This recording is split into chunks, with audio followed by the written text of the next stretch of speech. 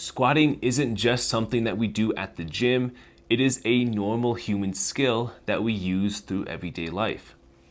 Whether you're getting up from a chair, picking something up off the floor, or even playing with your kids, you are likely squatting to perform these movements. Now, because of that, this makes it extra important that we learn how to squat correctly so we're not exposing ourselves to risk long term. A good squat will help you maintain your joint mobility, it'll help you maintain your strength through that mobility, as well as your motor control or your stability with that motion. Now, before we try and fix anything, we need to understand why your squat looks the way that it does and if something actually needs to be fixed. Everyone's squat will look a little bit different. The main reason for this is anatomical differences, which is something we cannot change. What we can change is your joint mobility, we can change your strength, and then we can change your motor control through the motion. So when we're doing any sort of motion, our brain has two priorities. Number one, we have to stay balanced and stay on our feet. And then number two, we have to move from point A to point B.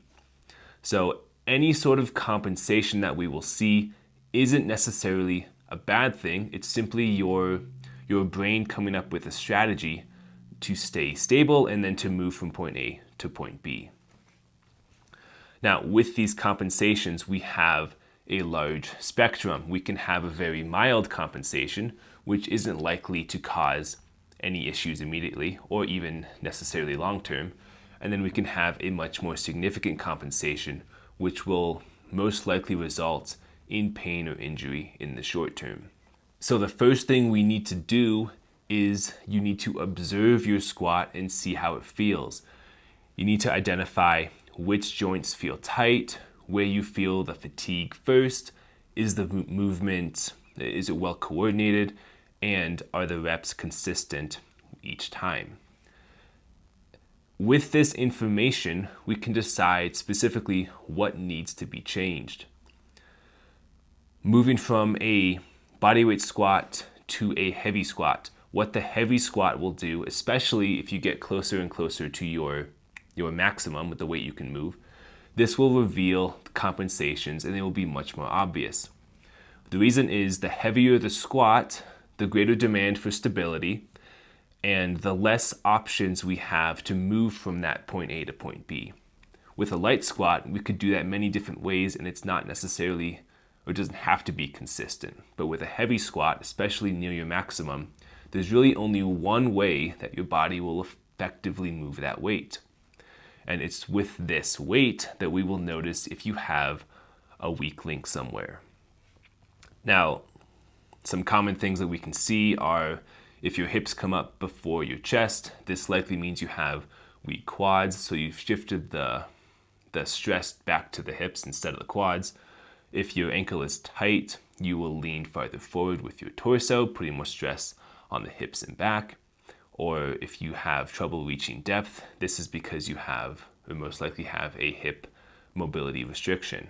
Now, there are many more options that we will look at in coming videos, but in general, you want to identify specifically what's happening, determine if it's an issue, and then figure out how to fix that. It is repeated exposure to these changes and forces that we see with the compensations that can and will cause problems later on in life, depending on the severity of the compensation. I've seen too many people who are older and have chronic pain in their back, hips, knees, ankles, and feet, and all of which have no idea how to perform a simple squat. Learning how to squat now is going to set you up for success in the future. Now, in the coming videos, we are going to look at how you should squat technique-wise based on your anatomical differences.